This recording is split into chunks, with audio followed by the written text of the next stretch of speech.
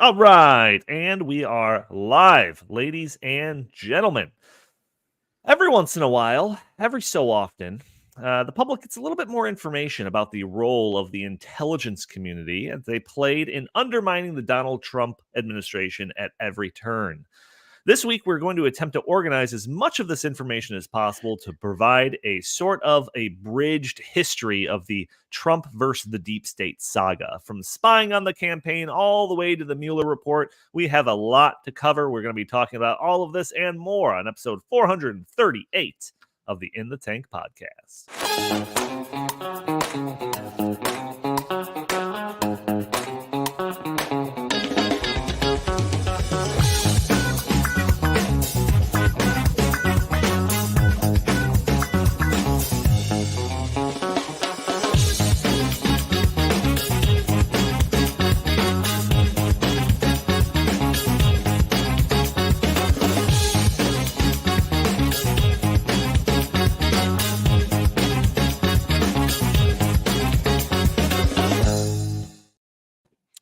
Welcome to this leap day in this leap year. It's the In the Tank podcast. As always, I'm your host, Donald Kendal. I have a feeling this is going to be a very suppressed episode because of the topics that we choose to cover. But joining me for that lovely episode, we've got Jim Lakely, VP of the Heartland Institute. How are you doing today, good sir?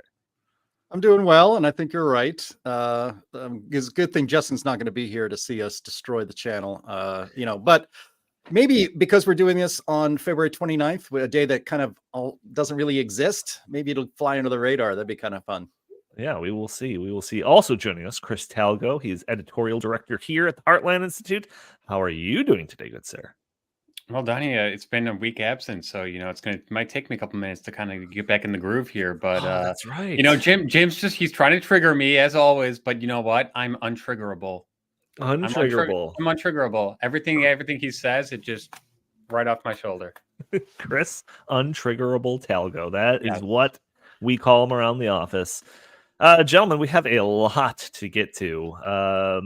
Like I said, we're going to do an abridged history of Trump versus the deep state saga, but even an abridged history is probably going to go longer than an hour. So we're going to get right into it. But for those, I put that message out there at the beginning of every episode for those audio listeners primarily.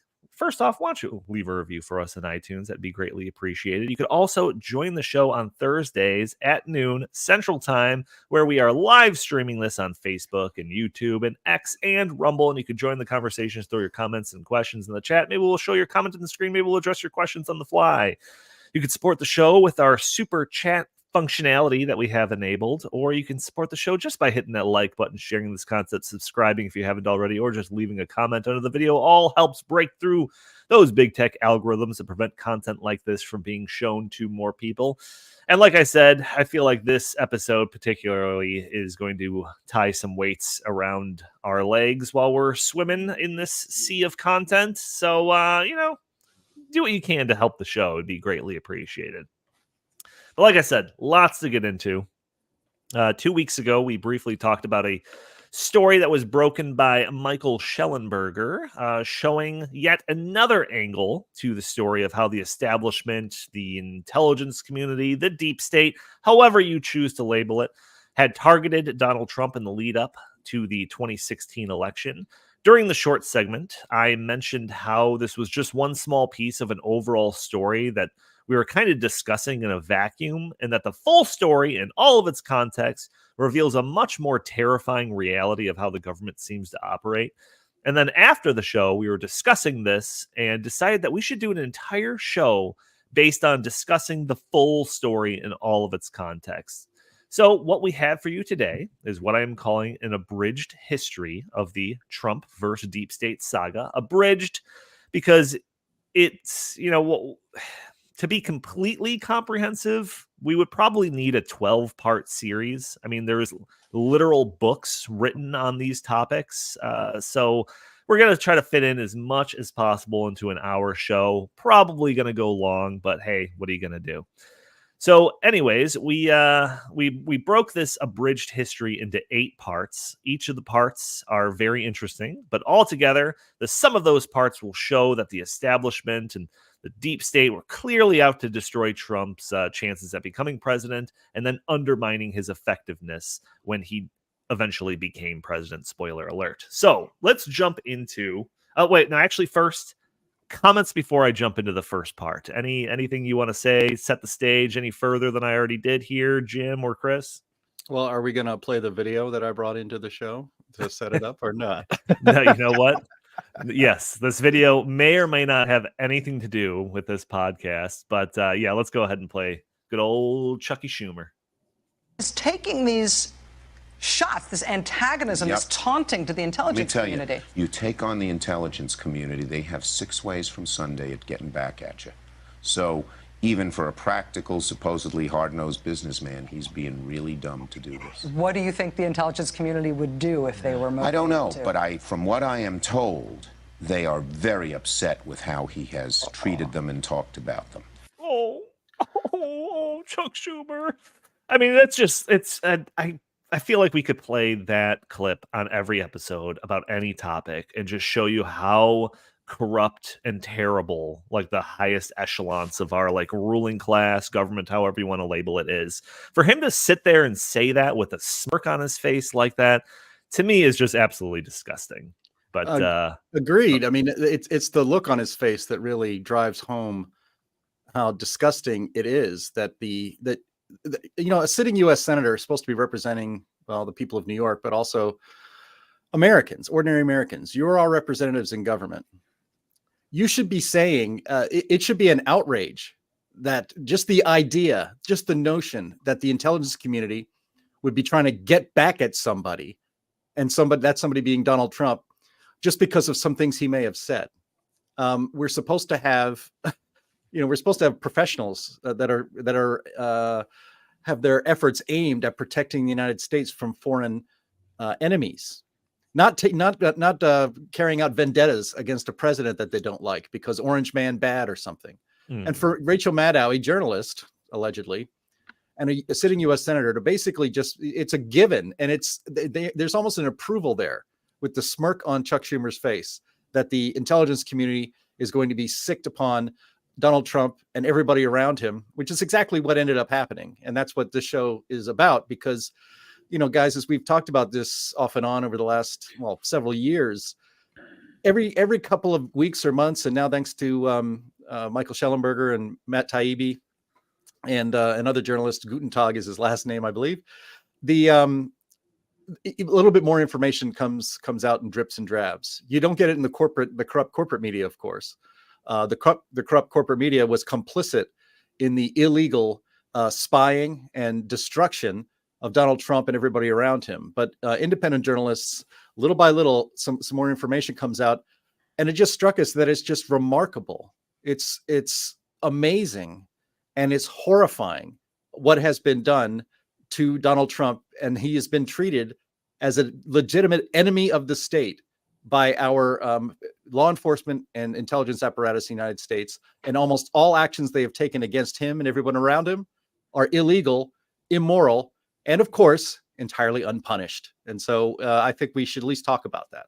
Yeah, no, absolutely. Chris, I mean, that video, I really feel like kind of sums up this entire episode in just like from the horse's mouth perspective. But any thoughts before we jump into phase 1 of this saga?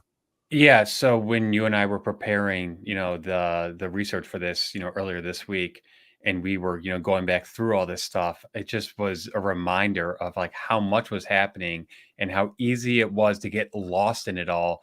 Yes. And I think that this is a good exercise because it's going to remind people of all like the tentacles of this and how it wasn't just one thing or one person or one organization. It was like just across the government effort to do what they wanted to do, which we will get into depth on here.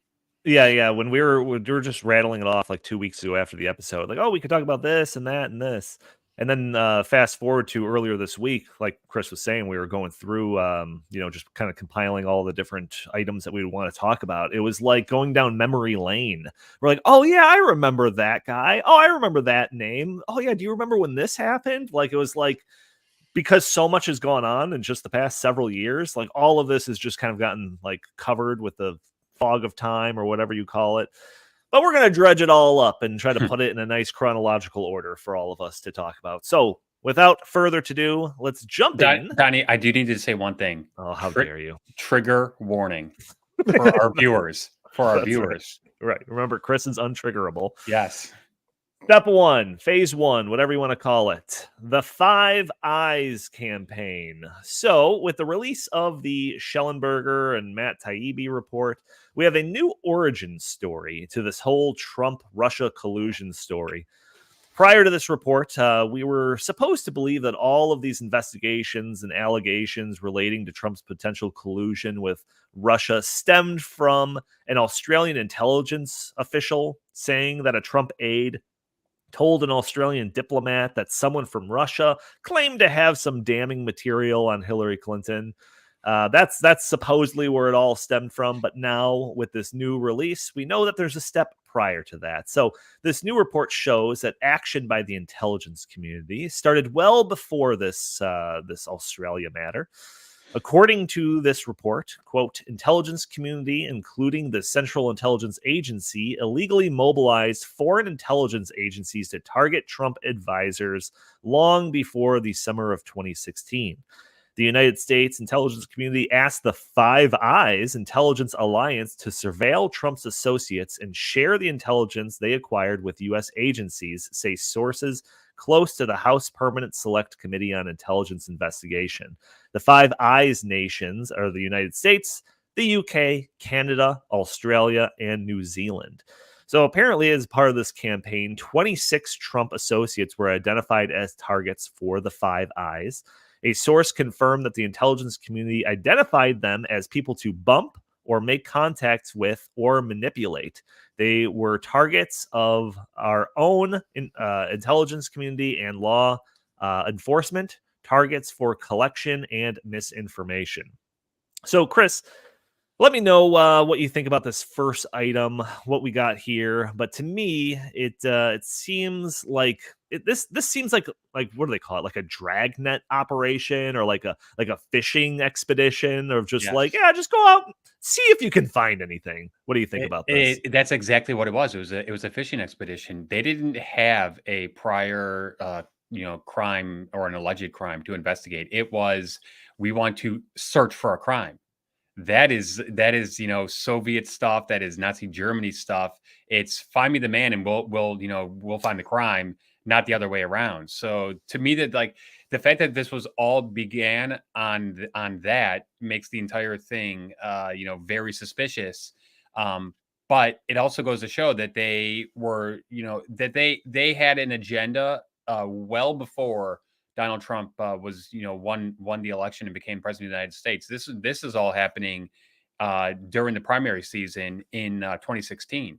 So they were doing this, well in advance of Donald Trump actually becoming president, which to me is another humongous side of this story that is not getting nearly enough attention, because Donald Trump at that time was a private citizen who happened to be running for president, and the people that they were trying to quote unquote bump were also private citizens who were just doing their duty, in some form or fashion, working for the Trump campaign.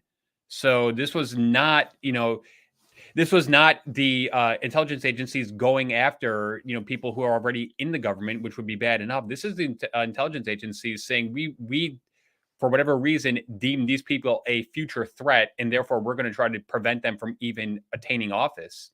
That is the story of the century. I think just that alone, it hasn't gotten any attention. The mainstream media completely ignored this. Thankfully, there's, some media who are still talking about this, right here. But, I think the very predicate was, just so suspicious from the very beginning. Right. Yeah, Jim. I mean, we were led to believe at the beginning of all of this that, there was a little bit of smoke with this Australian diplomat that said this or that. Somebody claimed, Russia had information on a political opponent. So therefore, everything stemmed from that. But now with this with this news story, it's like there was nothing. Like it was just all of this, whether you want to call it a witch hunt or just like an investigation, all of it was just made up out of whole cloth. Like they just were. It wasn't that they saw a little bit of smoke. It was that they were just looking for anything that could be construed as smoke. What are your thoughts on this first? Well, they were trying to create smoke. Right.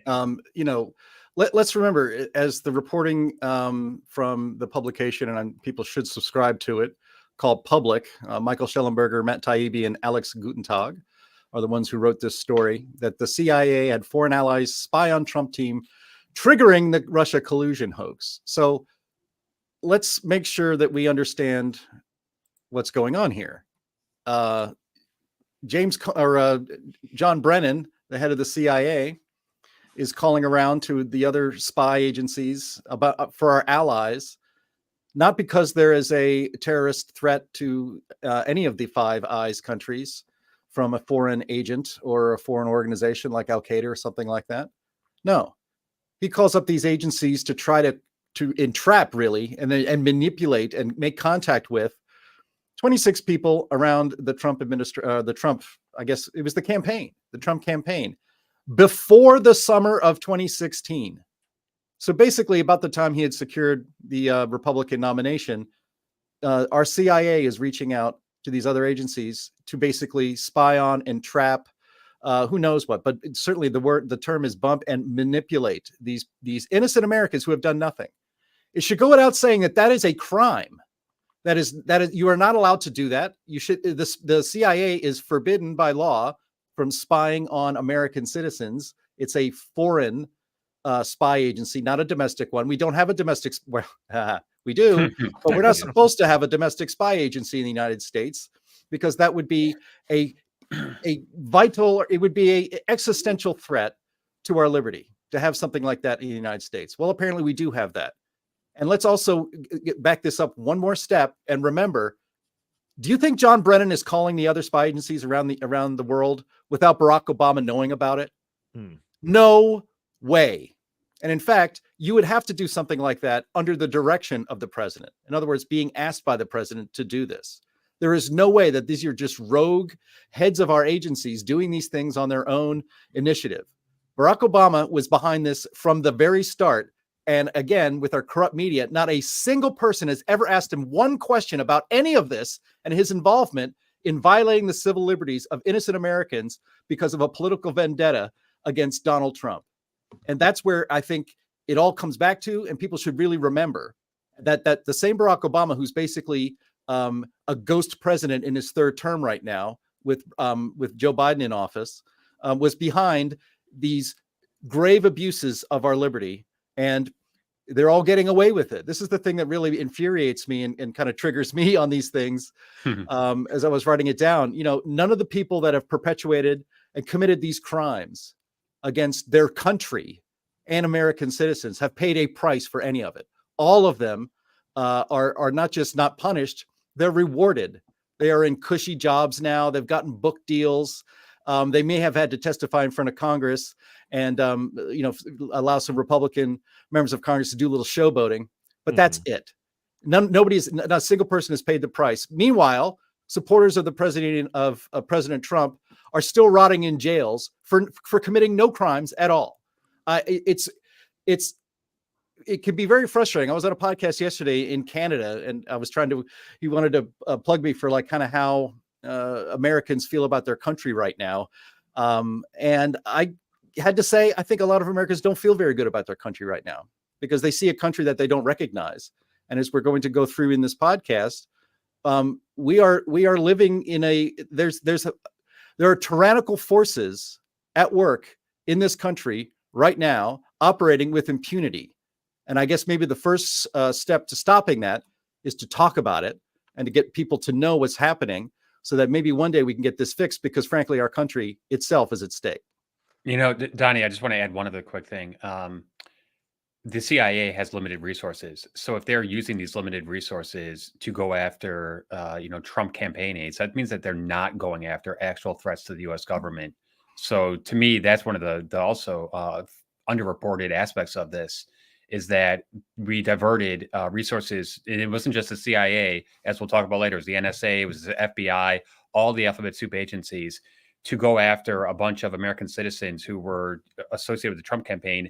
Meanwhile, that meant that terrorists, that meant that, other foreign threats were not being watched as they should have been. So got to make sure that we remember that, because the CIA does have limited resources.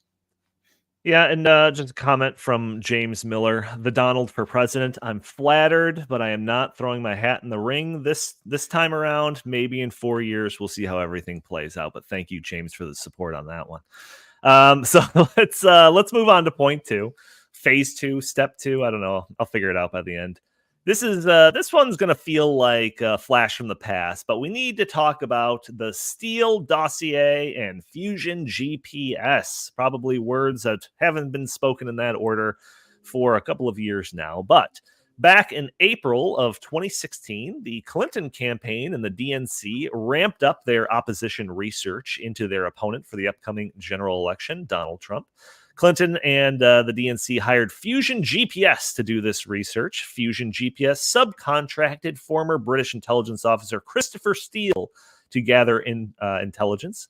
Steele put together a dossier that outlined a whole series of different allegations into misconduct, allegations of collusion between Trump's campaign and the Russian government, allegations of Russia having potentially compromising information on Trump. So this Steele dossier has some very important implications later, but just on this point by itself, Chris, do you have anything that you want to talk about here? Yeah, so you said that it was created in an attempt to drum up opposition research. No, it wasn't. It was actually created to create out of whole cloth blatant lies about Hillary Clinton's opponent in the 2016 election, because as we know, everything in that report was just completely made up. It was gossip. It was bar talk. It was not actual, backed up with, evidence and this was all hearsay. So the fact that the Clinton campaign and Fusion GPS ran with this, knowing that it was just a bunch of, just made up stuff, it just still boggles my mind that got to the places, within the U.S. government that it did. I mean, they should have immediately said, this is ridiculous. This is laughable. There's no evidence of this. There's nothing to support this. Yet, as we will talk about later, this was the foundation for Russia collusion and all the other things. So this, to me, is like the original sin in some ways, because the intelligence agents in the United States government, whether it's FBI, NSA, CIA, all of them knew that this guy was just making this stuff up. Yet they use this as their basis for FISA warrants, for internal spying, and all sorts of law breaking, knowing full well that this was a bunk report, that it was bogus. Right. Yeah, Jim, I think this Fusion GPS Steele dossier, we're going to be talking about this a lot in the next couple of levels of this whole mess. But I mean, yeah, this is just this whole foundation, it seems like, is just built on like this really paper thin dossier filled with just, I mean, talk about misinformation. But any thoughts on this report in particular? Well, I mean, everybody with a brain even knew that the Steele dossier was bullshit, and it was not credible at all. But it was used as the foundation to commit fraud upon the FISA courts to obtain warrants to put a patina of legality over the domestic spying that was going on in the United States as this moved along. Aside from the Five Eyes thing, which was the real breaking story that Schellenberger et al. Had broken a few weeks ago. But what I find amusing, if people go into the show notes, you see that we have a story here from November 18th, 2021 from CNN of all places.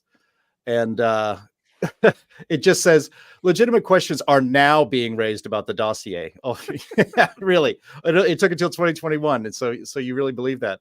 But I had to laugh at, there's a paragraph here that says, Trump swiftly rejected Steele's claims and said, quote, a group of opponents put that crap together, unquote.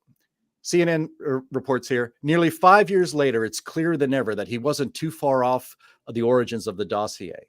Well, no kidding. Everybody that was paying attention to this knew that. In fact, even our even the high level members of our government and the Justice Department committing fraud upon the FISA court knew this was also cooked up and BS. But they were just so determined to get Trump and everybody around him and to take them out. I mean, it's just really remarkable. And I'm just going to say this now before I forget to say it later. One of the amazing things about this entire scandal, and any one of these that we have little title cards for, any one of the 8 things that we're going to be talking about today itself is an immense scandal and really should cause people to go to jail. It should have been an impeachable offense against Barack Obama, to be honest. Talk about abuse of power. This is just really on a scale that we just didn't think ever happened in this country. But time and again, this is what's really troubling. Nobody in the room, when these discussions were being made and these decisions were being made to illegally sick the Justice Department and our spy agencies on innocent American citizens, apparently not one person in the room said, "Hey guys, are you sure we should be doing this? This seems a little sketchy. These people didn't do anything wrong." Nobody was the voice of reason. Nobody was there defending the innocence and the liberty of the American people.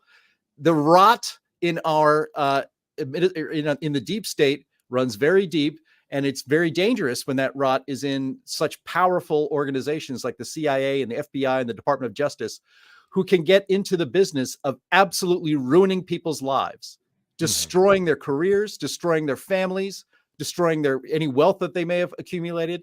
And the fact that that power is wielded with no regard for the law, no regard for morals, no regard for ethics, no regard for any of that, just to take it out on somebody who you think is a political enemy.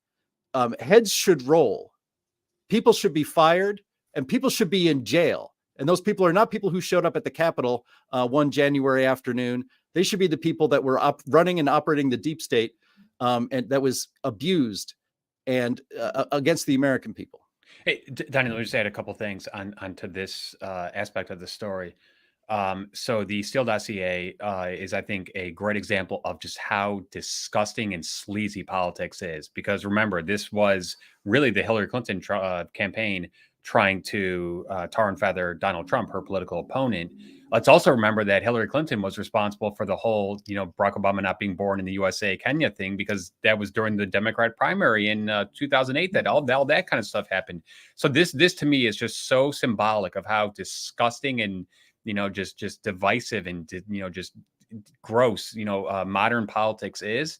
But it also, I think, goes to show how biased and how rotten, like Jim said, these institutions are, whether it's the FBI, the CIA, or the NSA. It's the people at the top who are doing this, and it's the people at the bottom who are who are the ones who are saying, I don't think this is the right thing to do, but they get clobbered in the process. There have been a bunch of whistleblowers, from FBI and from other organizations who came out, while this was happening, and even in the years afterwards, saying, hey, this was terrible. We thought this was terrible, but their lives were ruined. So it just goes to show that if you go up against the higher ups, you're playing with fire, and you're going to get burned. Yeah, so this, I think we've set up kind of the foundation of all of this. Now we're going to get into the meat of it. So phase 3 of this whole saga is something that, again, will remind you of something that you've heard of a long time ago. Operation Crossfire Hurricane. So in July of 2016, just months before the election, the FBI begins Operation Crossfire Hurricane, the most insane sounding code name for an investigation I have ever heard of. Operation Crossfire Hurricane, the FBI's counterintelligence investigation into potential links between associates of Donald Trump's 2016 presidential campaign and Russian officials, was initiated based on information obtained by Australian officials, as we are so told. This was spurred by the Trump aide, now revealed to be George Papadopoulos, telling the Australian diplomat about potential dirt on Hillary Clinton from Russia. That's the story that we were told. Despite the perceived justification for the investigation, though, it's probably not the best look for a presidential candidate to have an active FBI investigation going on in the lead up to the election. I mean, this just seemed like a big weight tied around the neck of his campaign in the lead up to 2016.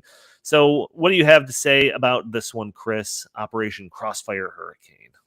Yeah, so this is where I think what Jim was alluding to earlier about Barack Obama role in this, Vice President Joe Biden role in this, Samantha Power, all those, Loretta Lynch, Sally Yates. This is where like the planning, really came into play. We know that there were a bunch of meetings at the White House about this. We know that John Brennan and Moore were present at those meetings. We know that Joe Biden was present at those meetings. This did not just happen in a vacuum. This did not just happen, with John Brennan and his pals over the CIA saying, hey, let's go and do this. This had to have the express approval of the president of the United States at the time, who was Barack Obama. So this, to me, shows how high up this went and how totally rotten the U.S. federal government is, because you have a sitting president saying, wow, we want Hillary Clinton to win the 2016 election. Therefore, we are going to go out of our way to ruin the reputation of her opponent, and not only ruin the reputation of her opponent, but literally ruin the lives of a bunch of low-level people who were involved in the Trump campaign, which I'm sure we'll get into more greater depth later, whether it be Carter Page or George Papadopoulos. There's a bunch of people, their lives were ruined because of this. So this, to me is just really disgusting.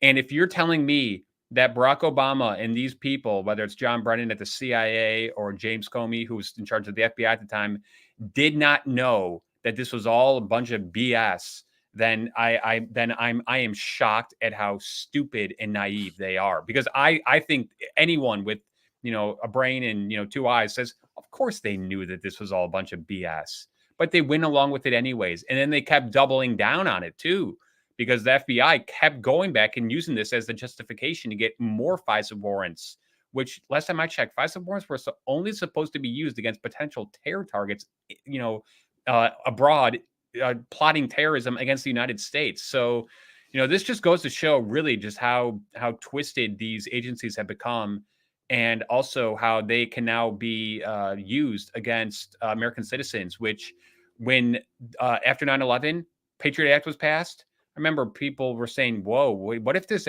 does get used against American citizens? And they were saying that will never happen. You have nothing to worry about. Well, here we are less than 20 years later, and it's being used against American citizens. So I think this also shows that we need to go back and readdress some of those laws that were passed in the heyday, in those after 9/11, in which we were, I think, little too much on the side of let's grow the national intelligence agencies and let's grow Homeland Security and all this stuff. And maybe it's time to kind of, go and put that back into check. Jim, I mean, come on, man. This is just an investigation. If you got nothing to hide, why are you worried about an investigation? What do you think? Yeah. Well, I mean, I think we should remember that, John Durham, the special counsel, who was the only remotely independent person to look at all of this, the whole Russian collusion hoax. His big takeaway was that the FBI never had any justification at all for any investigation of this kind against anybody in the Trump administration. There was no predicate. There was no solid evidence. And in fact, as what we learn as we go through all of this, all of these stories and all of this history, is that any evidence, if you could even call it that, of any of these alleged crimes were basically planted by the CIA or manufactured by the FBI and the CIA and the Department of Justice, or just completely fabricated. I mean, the deal with Papadopoulos, this is actually one thing. We can move on to the next one. But as Chris was talking, I'm scrolling through the story and I see here a picture of George Papadopoulos from years ago, and he was leaving a U.S. district court after a sentencing for I forget the crime that he was convicted of, but obviously he didn't commit crimes. But I just for the sake of argument, let's just say that George Papadopoulos and Carter Page were actually attempting to so-called collude with the Russians to influence the 2016 election. How exactly would those two low-level nobodies be able to pull that off? I mean, I'm being serious. It's absurd on its face that, Carter Page was like, is like a nerd, and he was actually a CIA asset, which again was not revealed to the FISA court when they supposedly said he's in contact with foreign agents that are enemies of the United States. Like, yeah, because he was working for the CIA, you dummy. But they knew that, of course. And if they told the FISA court that, they wouldn't have gotten the warrant to spy on him. So they left that information out. That's a crime. The person who did that, I think, got a suspended sentence of a misdemeanor for doing that. I think it was that Kevin Kleinsmith guy. But anyway, but again, back to it. It's like, how exactly were these two clowns? And no offense to them, they're good guys, but you would think this way. How are these two guys going to be able to influence the 2020 election, colluding with Russia? How is that supposed to work out? How is that supposed to happen? And again, nobody in our government asked that obvious question because they didn't want the answer to it, because this was actually not a legitimate actual investigation of a foreign country trying to influence our elections. It was an investigation to frame people for crimes they didn't commit, so they could damage the Trump administration. With ultimately, the idea was to get Trump himself. If you get enough lower people, this is basic cop stuff. You get the lower people, you invent crimes they didn't commit, threaten them with years and years in federal prison, so that they'll roll, and they keep rolling until you get all the way to the top. Exactly. That was the strategy here. That's what this was all about. And they haven't quite gotten to him yet, but as we get to the end of this podcast, we're going to see they're almost there, it seems.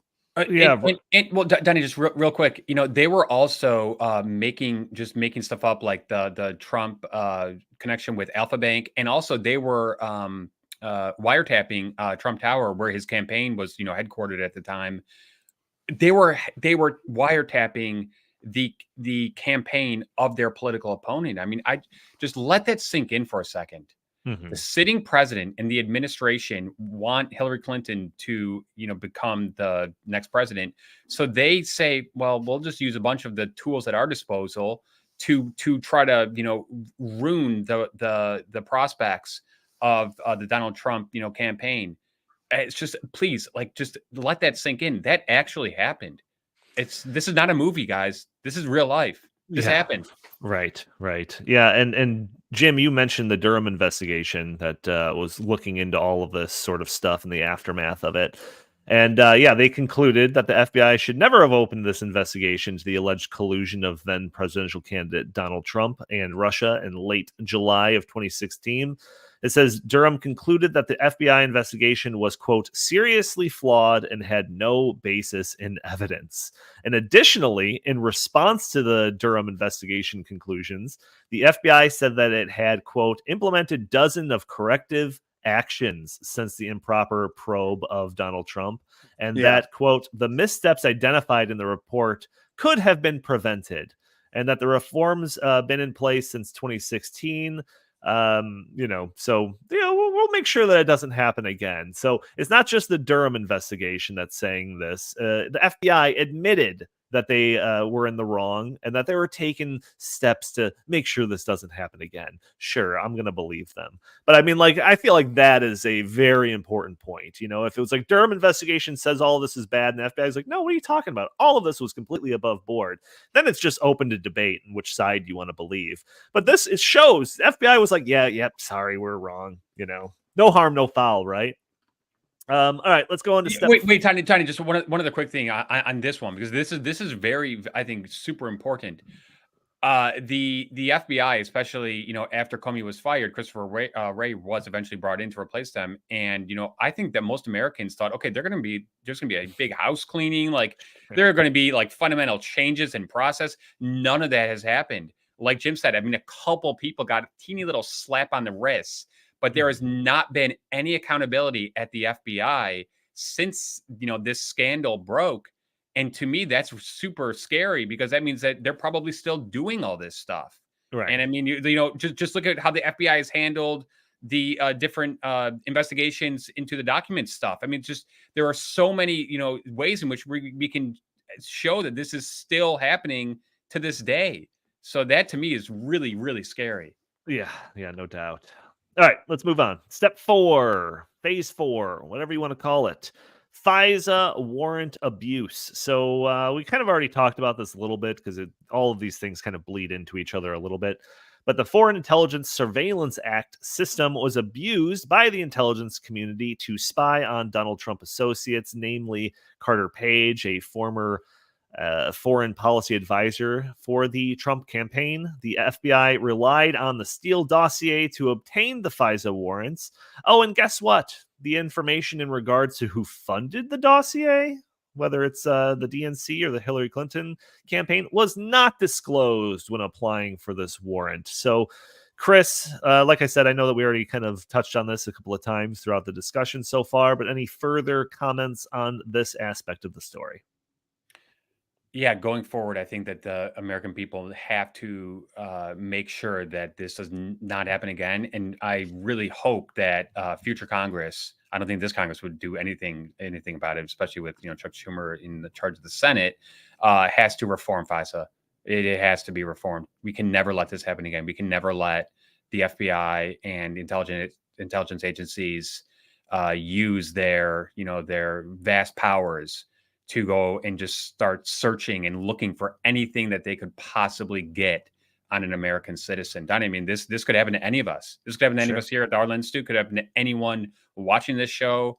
I mean, like, I think the American people need to, really take this seriously, and this needs to be one of the major reforms, going forward to our criminal justice system in the United States. Yeah, Jim. I mean, we're kind of for the sake of the abridged history aspect, trying to fit as much of this stuff into an hour as possible. We really only are focusing on like the intelligence community and their role in all of this, but like we could expand it out in any number of ways. One being the media and the role that the media played in all of this, carrying water for any aspect of this story at any given time, not really asking any of the critical questions at all. But the role in the media also plays into this specific part of the story, because there was a story about how, and I'm probably getting a little bit of the details wrong on this, but the gist of it's correct, that the FBI needed multiple sources to justify these FISA warrants. So they use the Steele dossier as one source for this.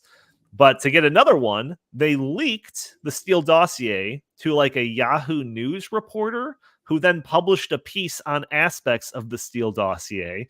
And then the FBI used the dossier and then that Yahoo News article about it as their multiple sources. So It just shows you that, like, even if there are certain like things, well, no, we got to make sure that you have, you got to check all the boxes, make sure you have multiple sources. It's just like, we'll just make it all up. How about that? How about we just make it all up? We'll hide certain information about it. We'll have people in the media that are loyal to us kind of carry the burden. And then, we'll just get what we want at the end. What are your thoughts on this part of the story? Yeah, well, what do you call that? Sock puppetry is what's going on there. Sure. Where you just basically set up your own, and it's dishonest and it's fake.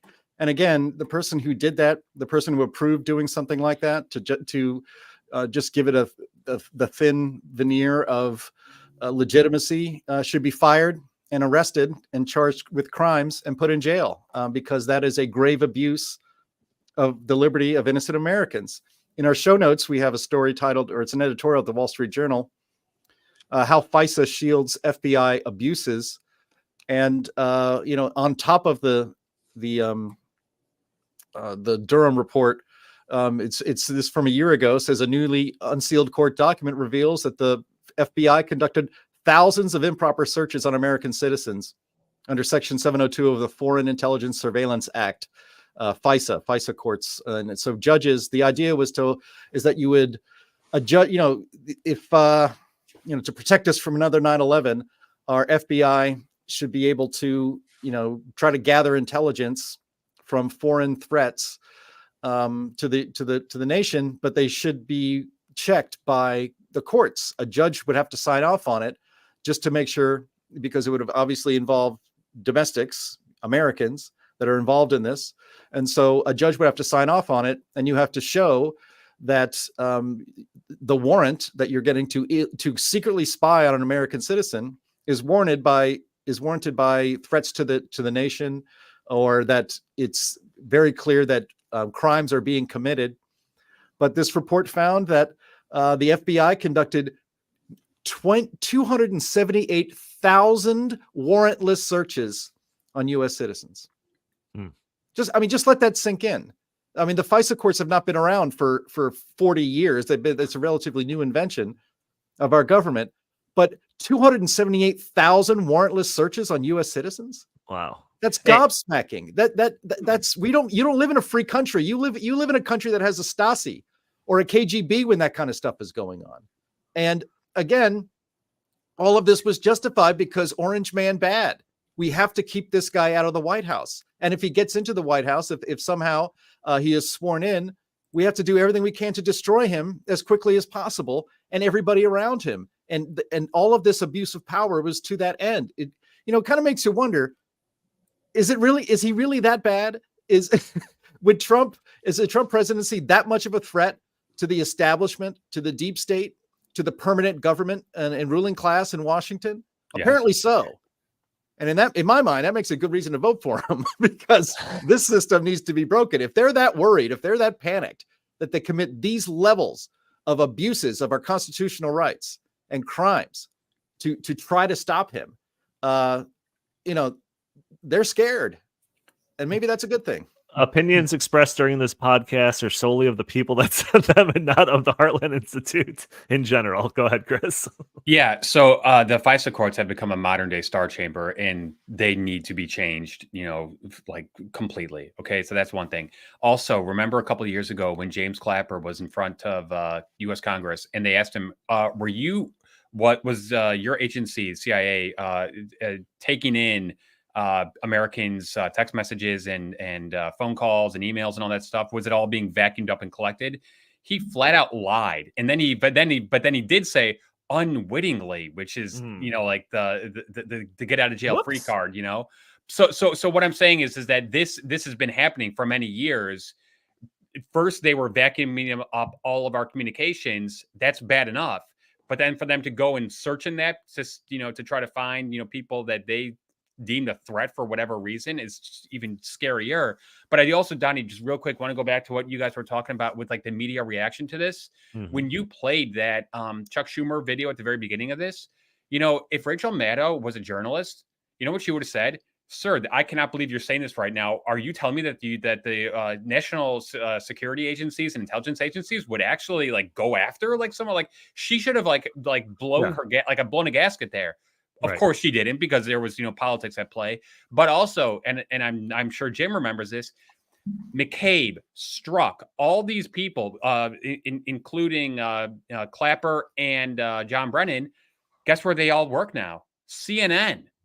They're paid. No, Donnie, I'm Jim. You know this. I mean, they are paid pundits for CNN. And here's what's most frustrating about that.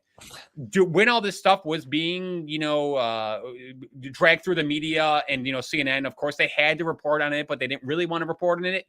Guess who they had defending themselves? These guys. Right. So they never went and tried to say, okay, let's get both sides of this story. No. I remember watching this stuff with my jaw on the floor saying, I cannot believe this is happening right now, because you had Peter Strzok, you had McCabe, you had Clapper, and you had Brennan saying everything that Fox is saying and everything that the mainstream media is saying is just complete bunk. Don't believe any of it. Trust us. Right. And for the vast majority of Americans, unfortunately, that message got through. And, that's why it's so frustrating. And Jim, I know you feel this because we've talked about this so much. Here we are 8 years later, and we're still like trying to be like, everybody, look at all this evidence. Like it's right in front of you. And the mainstream media is still, that's some crazy conspiracy theory. And that's what's just so incredibly frustrating. It's all there. We have it. It's like, come on, guys, go do your job. Dig into this stuff. This is the story of a century right here. No, we're not interested in that. Sorry. After I finished putting my notes together for this, I was just scrolling through like the pages and pages I have. And I was just like, how is this like forgotten about already?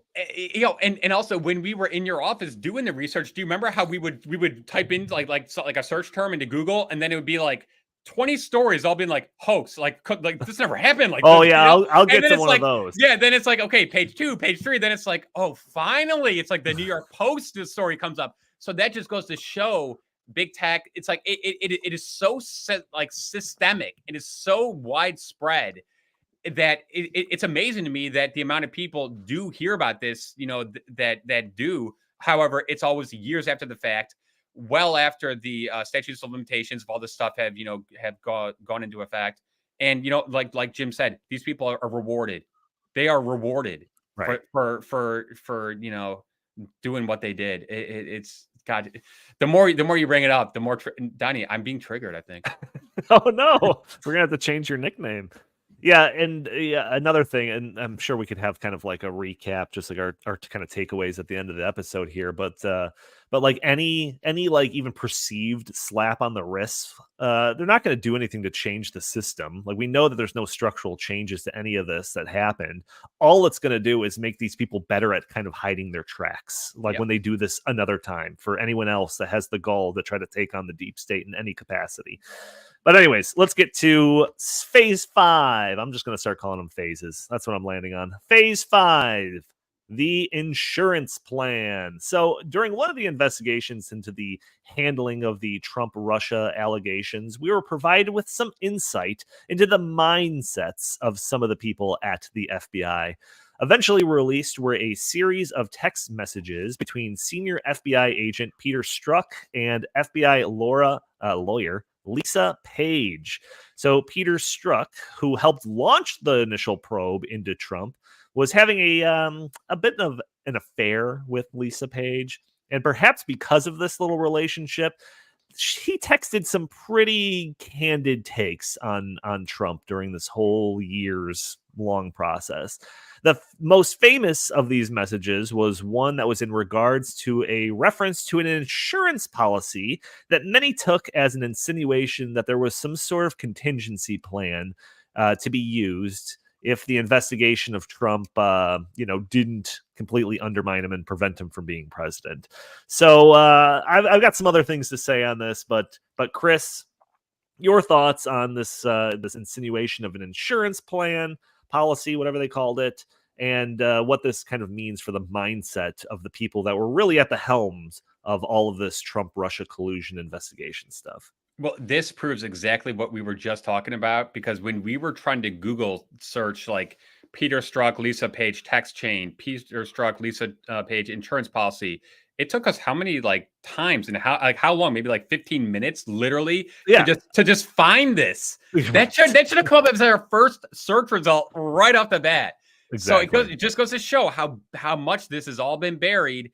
I remember when this did come out, and I was just aghast. I could not believe that this actually happened. You have a very high-ranking FBI official. I think he was number 3, in terms of Comey, then McCabe, and then Strzok in terms of this investigation. And guess what?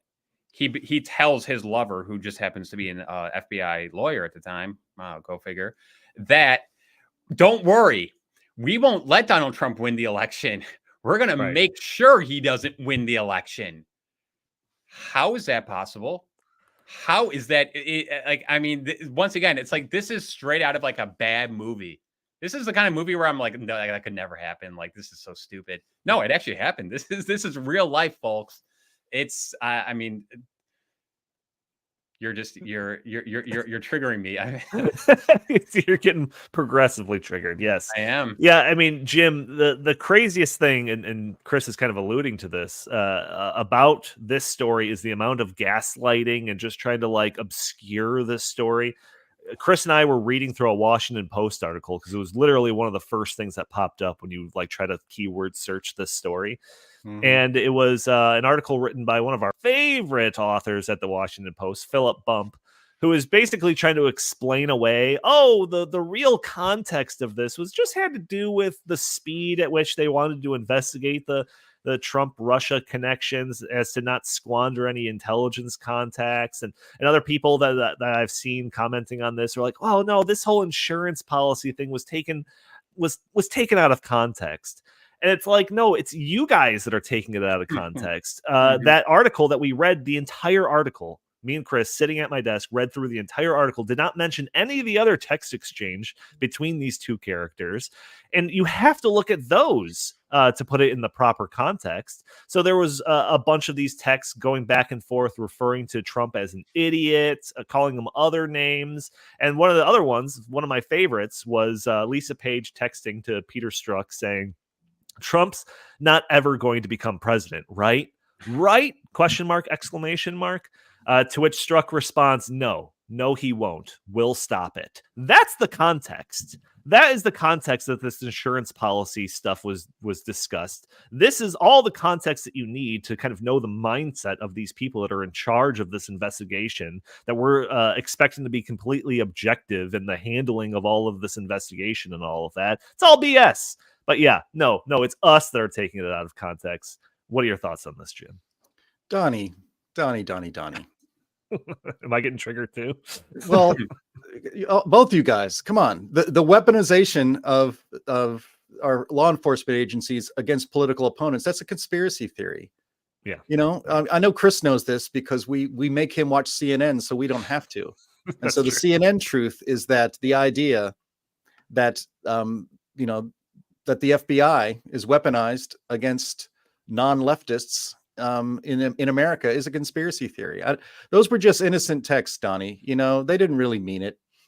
They were just joking around. See, it's not a big deal. Yeah, that was one of my favorites. I mean, just the idea that, high-level intelligence agents in the FBI are secretly, this is like something out of a bad movie. For having an affair, and part of their pillow talk is talking about how they'll do what they can to prevent that orange man from becoming president because he's such a I mean, for Christ's sake, guys, have you seen his tweets? I mean, for real. I mean, he cannot be president. Are you kidding me? Just that this is an insurance policy. Don't worry, we'll figure something out to make sure that he doesn't get to be president. I mean, I guess I should be a little concerned that our intelligence agents in our FBI are so incompetent that they were unable to stop Donald Trump from taking office. They really should have tried a little harder. I think that's what's really clear in all this evidence that we're laying out here is that the insurance policy didn't, they didn't cash in on it. He became president. And so, I hope if they're actually targeting foreign agents that we need to stop from destroying America, that they'll do a little better job than they did against one Donald Trump. This, you mentioned it's like a bad movie. Like if like the Daily Wire or something like that, some conservative outlet that makes movies from time to time, if they came out with a movie and this was like just completely fiction, it wasn't based on, the events that we're talking about, and there was like FBI agents that were like sending these texts to each other like, oh yeah, we're going to stop that evil Republican from being president, even I would roll my eyes at that because it just seems like such like bad, like two-dimensional writing. But it's not a bad movie. This is real life. This is actual facts. They testified on this stuff in front of different investigations and all of that. This is reality that we're in, folks. And we're supposed to just be like, it's fine. Let's just move on and talk about whatever else is going on in the news. It's insane. I mean, I just find it amazing that, this isn't considered election interference. Members of the FBI figuring out and conspiring a way to stop the president of the United States by framing him and everybody around him for crimes that don't exist. That's not election interference.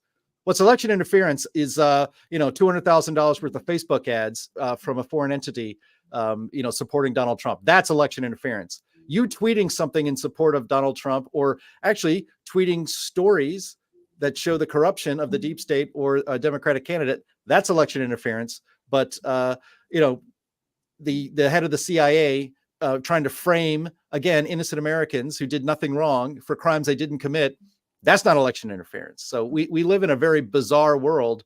And again, as we are approaching yet another presidential election, again, with Donald Trump on the ballot, I think it's important that we go over this, because the more we go over this stuff, guys, the more I find it a miraculous thing that he was elected. I mean, all the efforts to take him out, and he was and the American people still had their will ratified, and he was able to take office. I find that, of all the pessimism I have about this country, sometimes I find that actually a little bit of a ray of hope. Just Johnny, real quick. I also think this helps explain, their ire when he was elected, because it was like, oh my gosh, even despite all this stuff, he still won.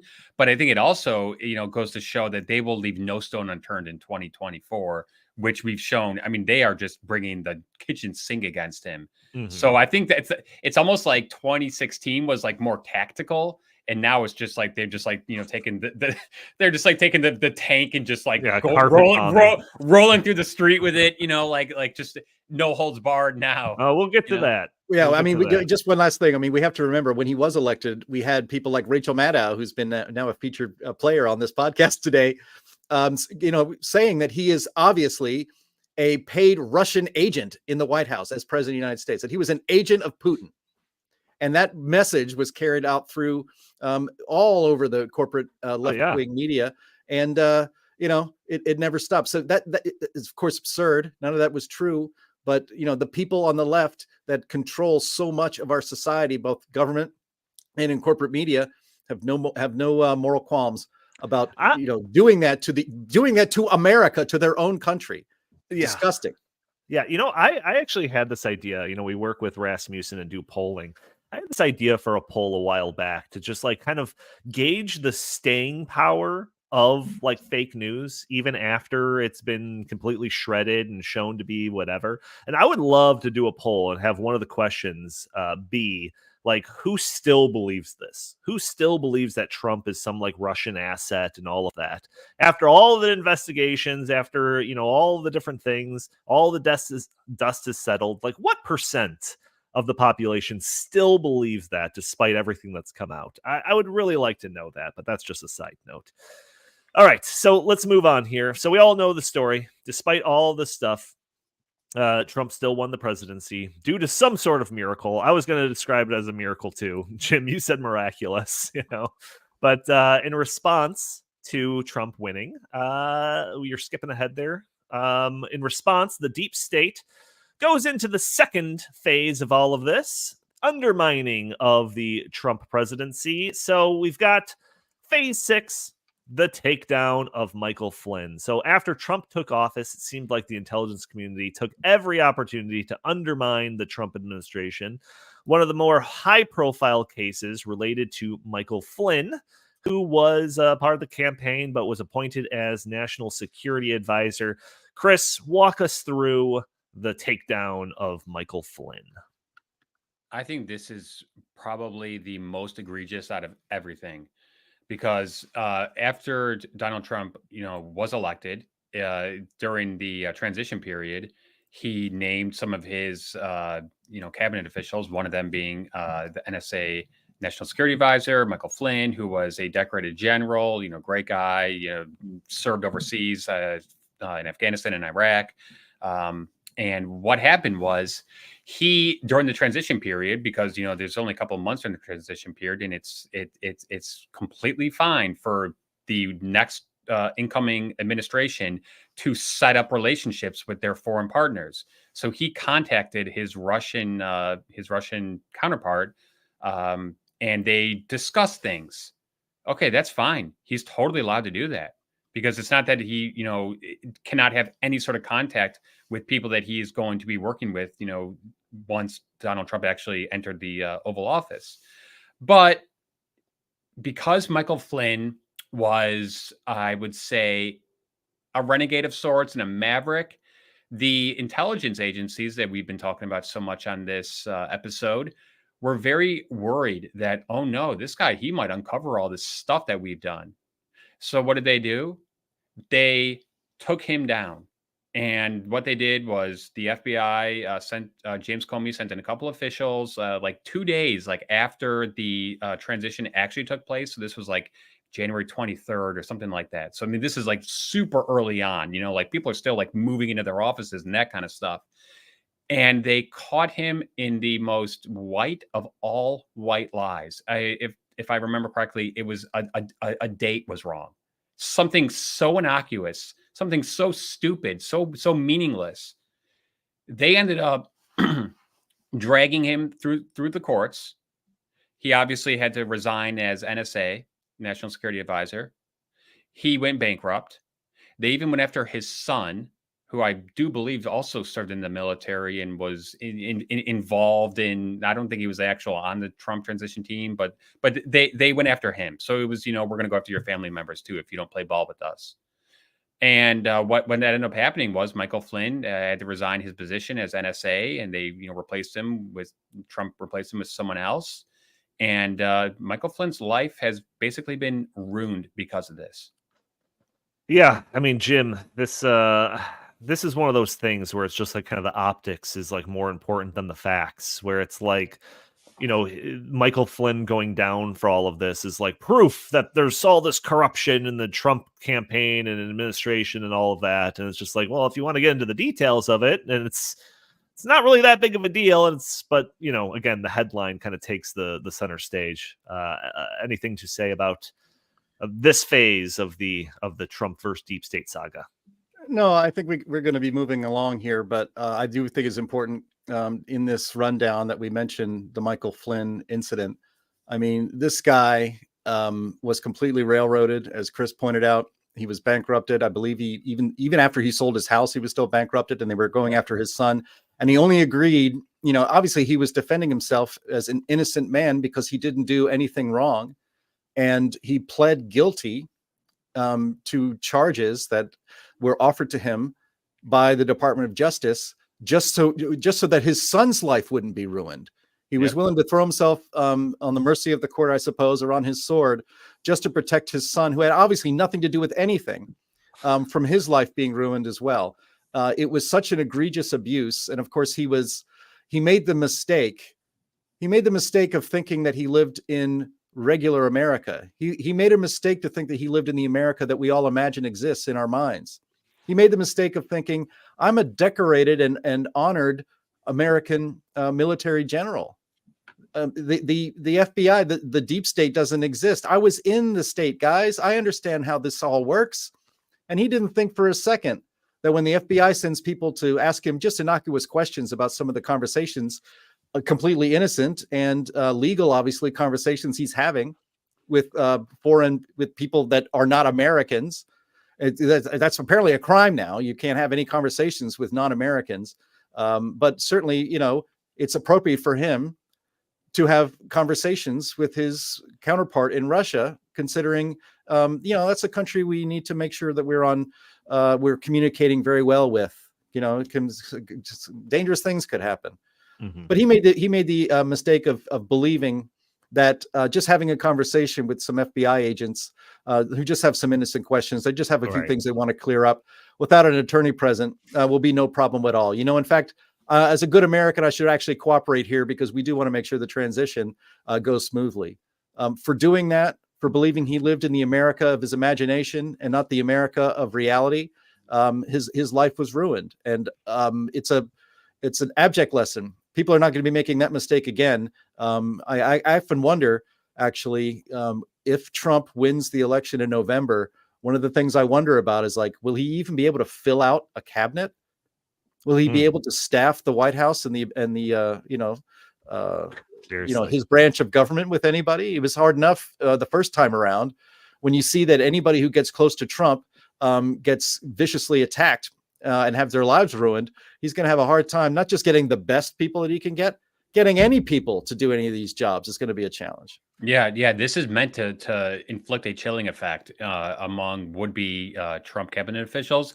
But Donnie, I guess we're not going to show the clip, but we had a clip with James Comey after the fact going on with Nicole Wallace, another one of MSNBC's shining stars. And he bragged, oh, yeah, it was early on. Everything was so disorganized. Ha, ha, ha. If it was the Obama administration or the Bush administration, they never would have let us in. They would have made us go through the White House console. Ha, ha, ha. But we just went in there anyways, and we got him. And Nicole Wallace has this big dumb grin on her face, and she's clapping. Once again, if she was a journalist worth anything, she would have said, oh my God, you just admitted that you set this guy up right in front of me. What are you talking about? But no, she was glad handing and, clapping and so happy about it. So it's these people are unscrupulous. And not only that, but they go out and they brag about it after the fact. It's wow, these people, they really think that they can get away with anything. But you know why? Because they can. Yeah, and throughout the administration, basically everyone was targeted. I mean, we're talking about Michael Flynn here, but we could also talk about the Carter Page or Paul Manafort or George Papadopoulos, or even Roger Stone had like an entire like military brigade descend on his house, when he was arrested. So Steve Bannon, anyone that had like 2 degrees of separation from Donald Trump was like on some sort of target list. But all right, let's move on. Let's move on to phase 7 of this whole saga here. And that is probably one that everyone should recognize. The good old Mueller investigation. Mueller investigation. I think you pronounce it Mueller. It's Bueller. Just kidding. That's right. So here is the larger weight that was tied around the neck of the Trump administration throughout almost most of his first term. Back in May of 2017, the Department of Justice appointed former FBI Director Robert Mueller to head up an investigation into Trump-Russia collusion. The investigation ran from May of 2017 to March of 2019, nearly half of the entire term of president for Donald Trump. For this entire period of time, the entire administration was just inundated with investigators just looking for any whiff of anything. And when I mean anything, I mean anything. It doesn't even have to relate to Russia collusion. It was just literally anything. Did you make sure to like pay your taxes on time and in full? Like, do you have a parking ticket? Like that sort of stuff. And I'm not even exaggerating that much. There are constant stories throughout this entire period of time about potential infractions and about issues that were kind of tangential to the investigation. One of the things, Michael Cohen, Trump's personal attorney, was being, they were looking into like potential tax evasion claims. Not exactly sure how that has to do with Russia collusion, but whatever. There was threatened perjury charges against several individuals associated with the Trump campaign for supposed false statements given to investigators. These are referred to as process crimes. And I mentioned Paul Manafort earlier. I think that whole thing with Paul Manafort all stemmed from this investigation with the Mueller report. So, Chris, I remember going through this period of time with the Mueller investigation going on, and it was just exhausting because every week there was some new thing that the media was talking about that supposedly, they're zeroing in on Trump or some other person associated with the campaign of the administration. And we're constantly, as like, the conservative side of the aisle, like having to be like, no, it's not actually that bad. And all. I just remember being exhausted by it. What are your thoughts on all this? Well, this cast a very dark cloud over the first couple of years of Donald Trump's presidency. It, severely handicapped his ability to get policy done. You also forgot to mention that his children were caught up in this, and they were forced to go in and do days-long closed-door testimony in just about every single aspect of their lives. Now, I just want to juxtapose this with how Joe Biden and his, family and his, shoddy dealings are being handled. Look at how much resources were put forth to go and just leave no stone unturned, making sure that every single thing, that they investigated everything to the nth degree. But then when we have all this smoking gun evidence about, the Joe Biden big guy, Chinese firms and Ukraine and all this stuff, Hunter Biden serving, on boards and getting Porsches from Kazakhstan and jewels from China. It's like, there's nothing to see here. Just stop it. You're just like, you're floating unwarranted conspiracy theories. So to me, one of the biggest things on this is just the diametric opposition as to how they treat people who are on one side of the political aisle or people who are aligned with Trump and the Make America Great Again movement and those who aren't. Because I think what Jim said at the very top of this episode explains all of this. They hate Trump. They were scared out of their minds that he would come in and actually make some big necessary changes to how things have been done in Washington, D.C., call it the deep state, call it the permanent DC, bureaucracy, call it whatever you will. they wanted to make sure that Donald Trump in his term was as least successful in terms of draining the swamp as possible. And to me, you know what that means? In 2024, when I think Donald Trump will win, I think that he's going to go in there and just really clean house. So I do think that this is all. I know I see you guys shaking your heads and probably no. Hey, there goes Mr. Naive. There goes Mr. Rose-colored glasses. But fingers crossed. That's all I'm saying. I think that this, if Donald Trump is going to learn from what happened in the past, I think he's going to go in there with a wrecking ball and just completely destroy these institutions which have been rotten to the core. Yeah, Jim. I mean, so the Mueller investigation goes on for literally almost 2 years, and then it ends with the big old fart sound. Nothing. I think even Van Jones, this is when he popularized the term, nothing burger, because nothing came out of this. So at best, if I were to give them the complete benefit of the doubt, at best, this investigation just amounted to a massive nuisance for the Trump administration, making them look corrupt in an attempt to lose public appeal or erode away any type of like voter mandate for Trump or anything like that. But at worst, it just seems like they were just hoping to trip some people up and hold certain charges in a way to get other people to testify against other people, to just catch the entire administration up in a scandal.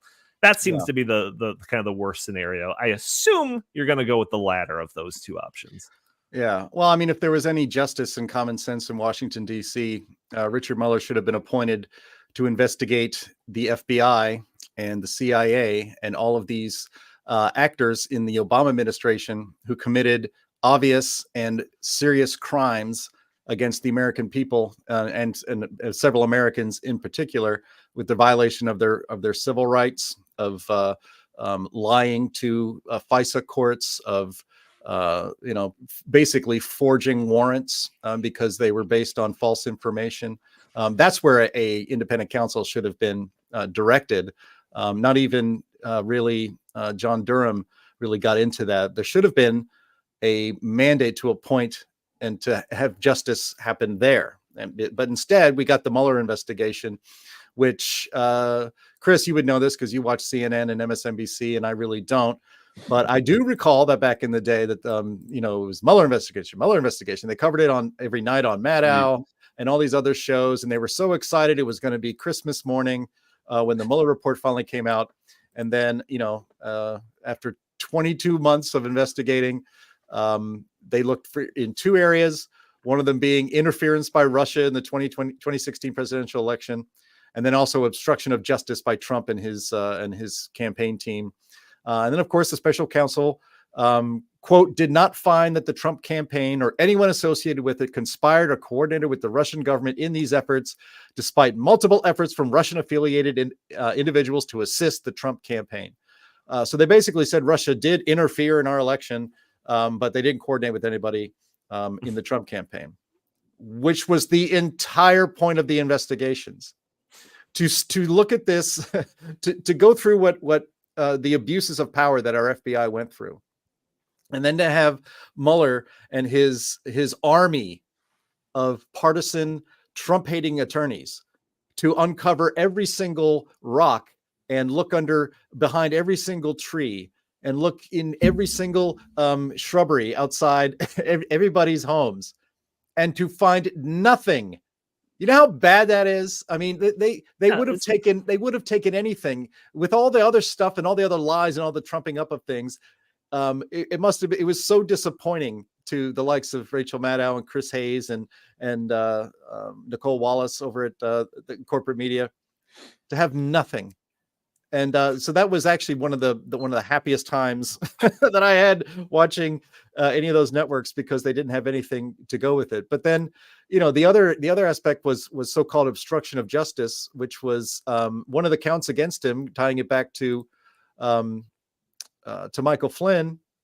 Donald Trump asked again the snake that is James Comey. He told him, hey, why don't you just stop this investigation into my national security advisor? I'm sure he just misremembered. It's not a big deal. The fact that he supposedly misrepresented a phone call to the vice president, remember that was a huge deal. That was supposed to be, in fact, that's why he resigned. It was because of that. Oh, I'm sorry, I kind of misled the vice president.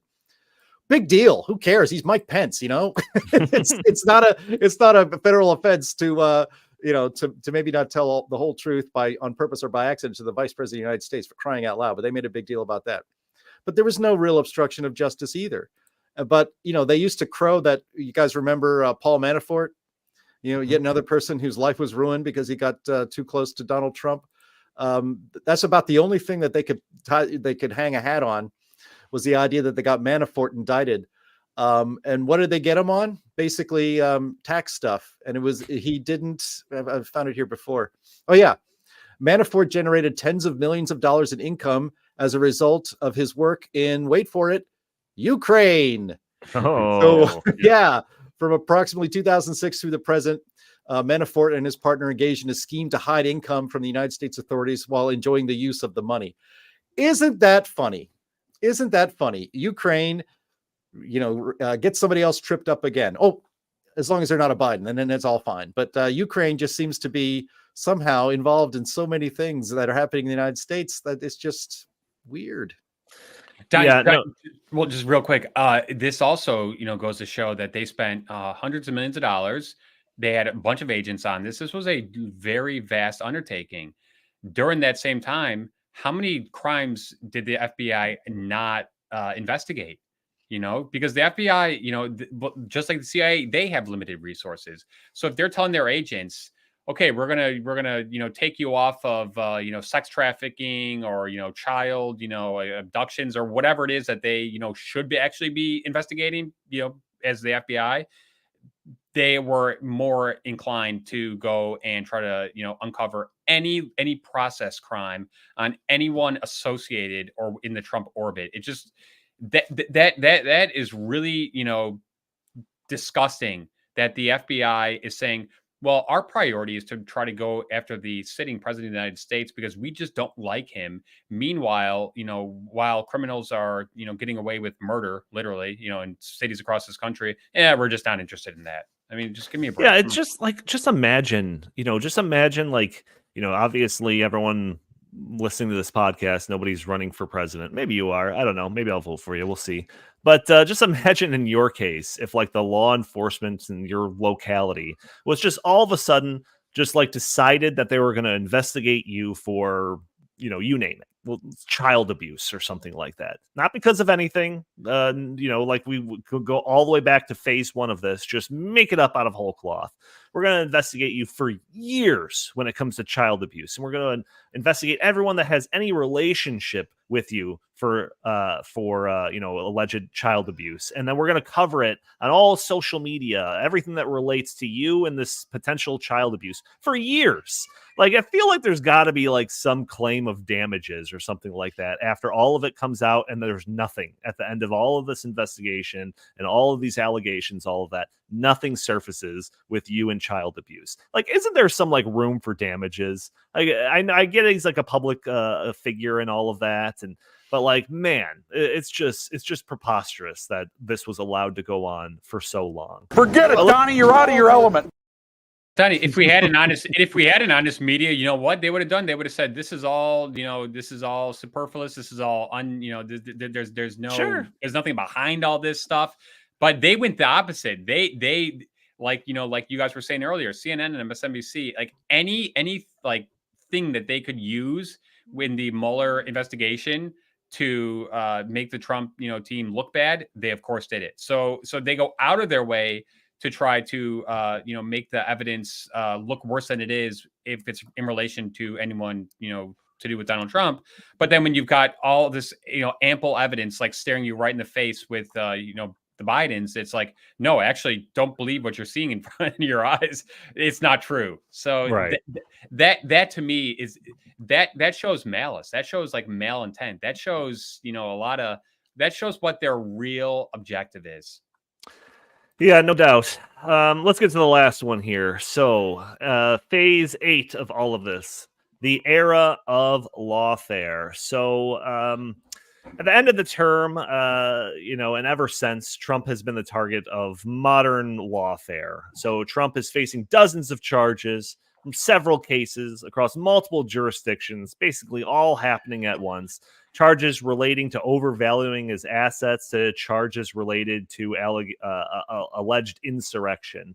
And it's all been a pretty wild thing to witness. And we can probably go even further back into just like the accusations of, all the stuff that they were trying to raise when it came to like impeachment and all of that. It's just been one thing after the other.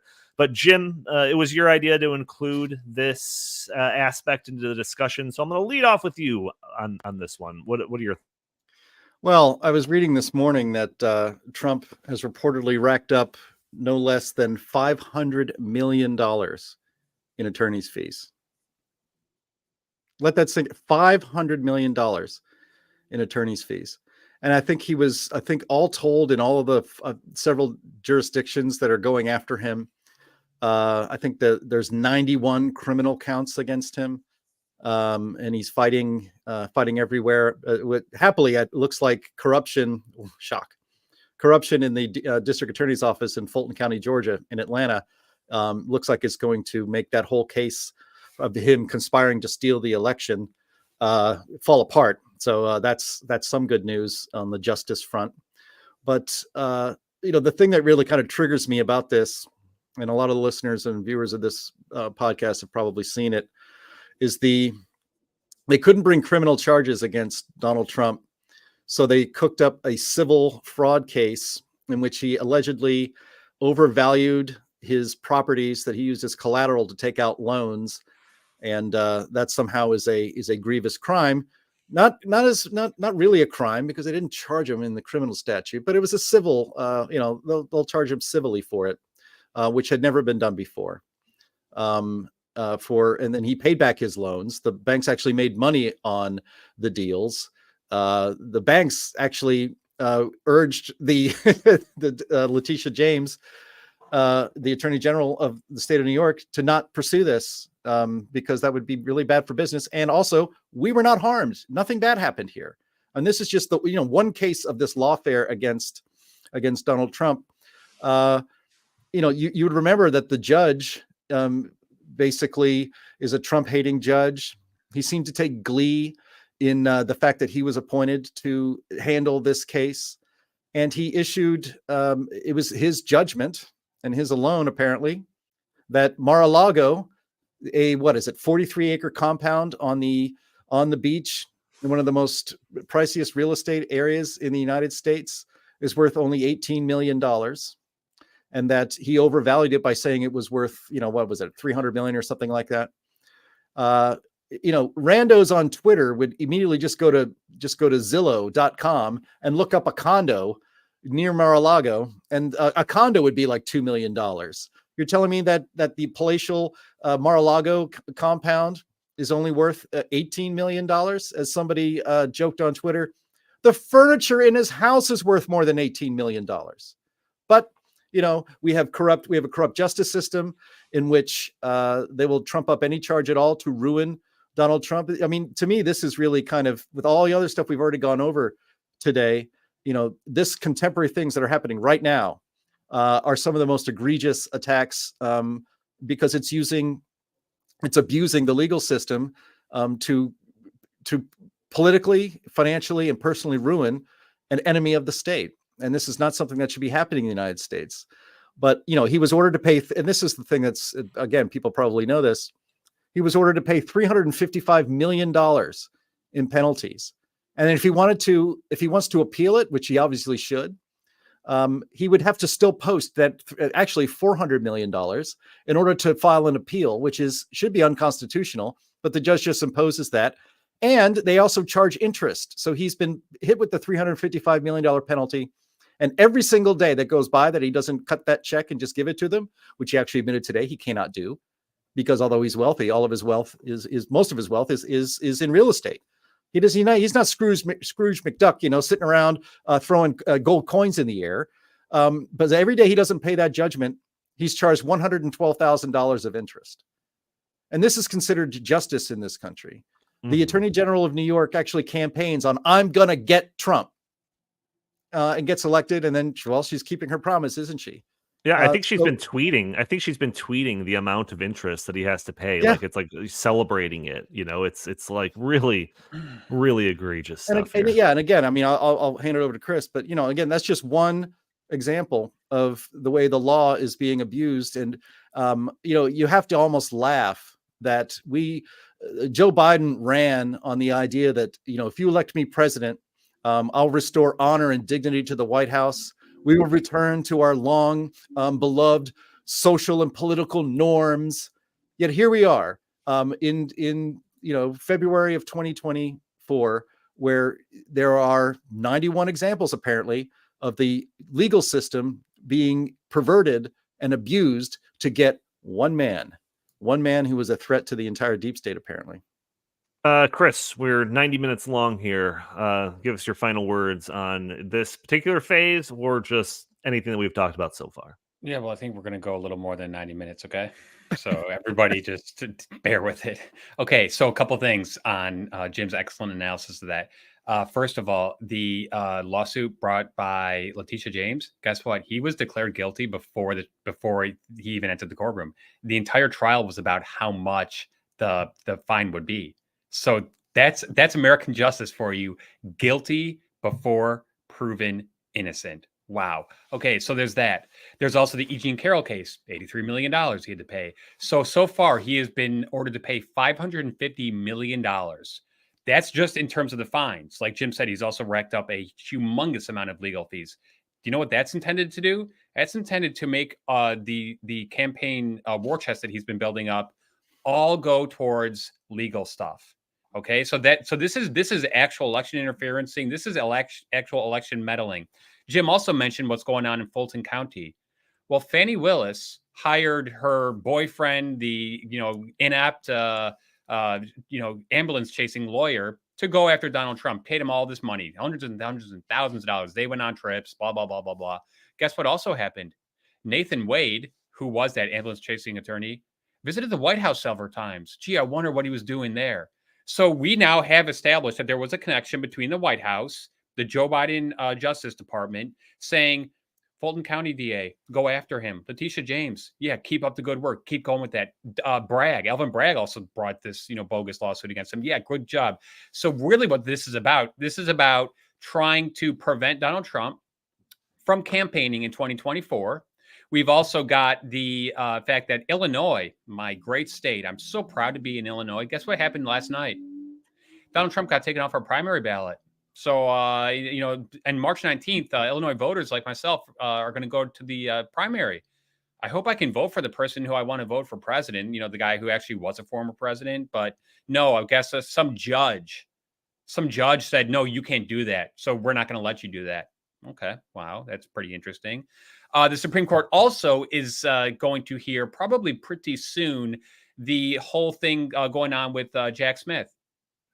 Remember, Jack Smith is taking the insurrection, thing against Trump, even though Trump was never charged with insurrection. So it's like, that whole case is built on a foundation of, House of Cards, of nothing. And then to make matters even worse, we have the Mar-a-Lago documents investigation.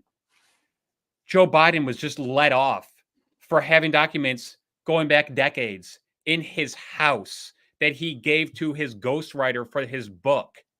He was never president at the time, so he could not have used his presidential power to say, I'm going to declassify these. But you know what?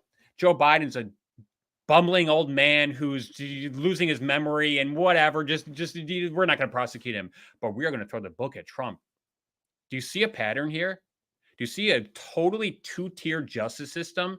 Do you see a government, the most powerful government in the world, going after the person who is going to be the nominee for the GOP in 2024? I mean, so just, when you just take a step back and go 30,000 feet and look at this, it's like, wow, 2016, they did all this stuff. He won. Okay. Then they tried to make his term as, as unsuccessful as possible. Okay. They kind of did some of that. They impeached him twice over a bogus phone call and some other, bogus thing of him inciting an insurrection, which of course he's never been charged with. Then they said, oh no, he's going to run again. What can we do now? Let's just level as many lawsuits, frivolous lawsuits as possible, bankrupt him, literally bankrupt him. He's going bankrupt. He has to sell his properties. Maybe he has to sell Trump Tower in New York, It's just these people will stop at nothing. And then that also makes me wonder what's coming. We still got 9 months here until election day. Right. Like, what else are they going to have up their sleeve? What are they going to pull out come October? Donnie, you and I have been talking about this whole like AI, artificial intelligence, created videos and stuff. Who knows what they're going to, unpack at the last minute if they think that Donald Trump is going to beat Joe Biden. Sure. Because guess what? Right now, if the election were held and it was a free and fair election, unlike 2020, which was not free and fair. Hey, whoa. Yeah, yes, it's true. I said it. Donald Trump would trounce Joe Biden. So, to me, this goes to show what a threat Donald Trump is to this, ruling class that has run our country into the ground. Okay. Yeah. This really just goes to show how pissed off the people are with these people that they're willing to say, we're going to give this guy a shot at it. He's never been in government. He's a successful businessman. We want him to go. And they took that as a personal insult. No, we cannot let that happen. Well, you know what? It's going to happen again. So deal with it. Right. Yeah. And to me, that this seems like less to do with Trump as like a specific person and more to do with anyone in a position to take on the power wielded by like the establishment, the ruling elite, the intelligence community, whatever, however you want to, deep state, however you want to label it. Like, if you want to challenge our claim to power, good luck. We've got 6 ways from Sunday to dealing with you. It sends a signal to all other potential Trumps out there to back off. Like, do you think any other businessman with a desire to return the sanity to like the government system of this country would ever dream of diving into this lion's den after watching what Trump has gone through over this like period of time? It would be unbelievable to think that. But Jim, final thoughts on any of this, and then we're going to wrap it up, folks. Yeah, I mean, we kind of talked about this earlier, but, none of the people that have perpetuated the Russian collusion hoax or have committed any of these abuses of power have paid any price for any of this. As they say, if you want less of something, you need to punish it. And if you want more of something, you can incentivize it. And apparently we're incentivizing because Orange Man bad. We're incentivizing egregious abuses of power. I mean, our politics are maybe irrecoverably broken at this point. The nation is very deeply divided. The current president of the United States gives a speech bathed in blood red lights with Marines standing in the background at attention, declaring that Donald Trump and all of his supporters, which is half this country, are semi-fascist and a threat to the very soul of our democracy. And this is just considered okay because Orange Man bad. But yet, it's the deep state, it's Obama, it's Brennan, it's Comey, it's Biden, it's Attorney General Garland and countless others beneath them who use the immense power of the state to destroy Trump personally, financially, and destroy his presidency, destroy everybody around him, imprison his supporters, disbar his attorneys and charge them with crimes. And none of these people who have done any of these egregious abuses of power, that is not the America that we grew up in, that we would ever think this would happen here. None of them have paid a price politically or personally or reputationally or financially within our corrupt institutions.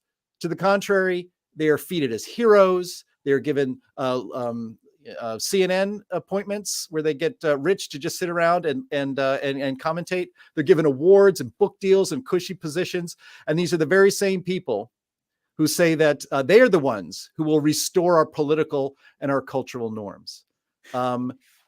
Yeah, sure. But if these people remain unpunished for their abuse of power, we're just going to get more abuses of power because the incentives are reversed. You should be punishing these people. Instead, we are rewarding them. So the corruption of the deep state and the power of the deep state is probably bigger than we even imagined because we can see the results and where the incentive structures really are. Donnie, 3 words. Lock them up. You're muted. You're muted. You finally did it. You finally did it, Donald. I've been asking for that for so long. Anyways, we wanted to do an abridged history, like I said, because doing a completely comprehensive history of all of this stuff would have taken a 12-part series, no doubt. Even with that in mind, we are just now about to hit the 100-minute mark, an hour and 40 minutes, easily a record for length of one of our episodes. So, but we also wanted to make sure to like hit all of the highlights of all of this stuff. We want this episode to be one that you can share, that you can kind of, anyone that like needs to be made aware of all of the stuff that went on behind the scenes, not behind the scenes, in front of all of our faces, to remind people what this system looks like and everything. We wanted this episode to stand as an evergreen kind of testament of all of this sort of stuff that you can share around. In the show notes of this, I have it all broken down into the different 8 phases of all of this with links to each one of these things. So let this episode be a resource of all of the deep state machinations that occurred during the election of 2016 and into the Trump administration, his first term. But gentlemen, I think that is going to do it for the show. I would ask for any last words, but I fear that you will have some and make this episode even longer.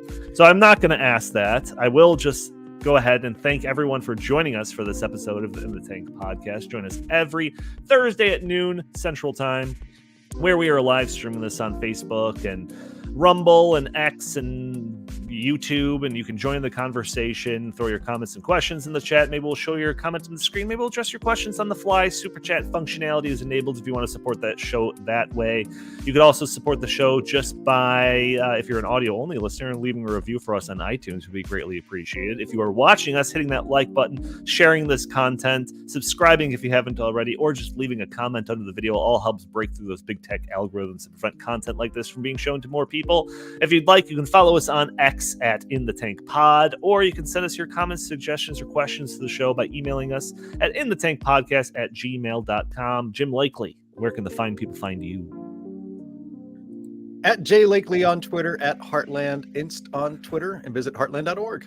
Fantastic. Chris Talgo, what do you have to pitch today? Heartland.org, stoplingsocialism.com. Lots of great content up there. Fantastic. All right. Thank you all for tuning in. We will talk to you next week.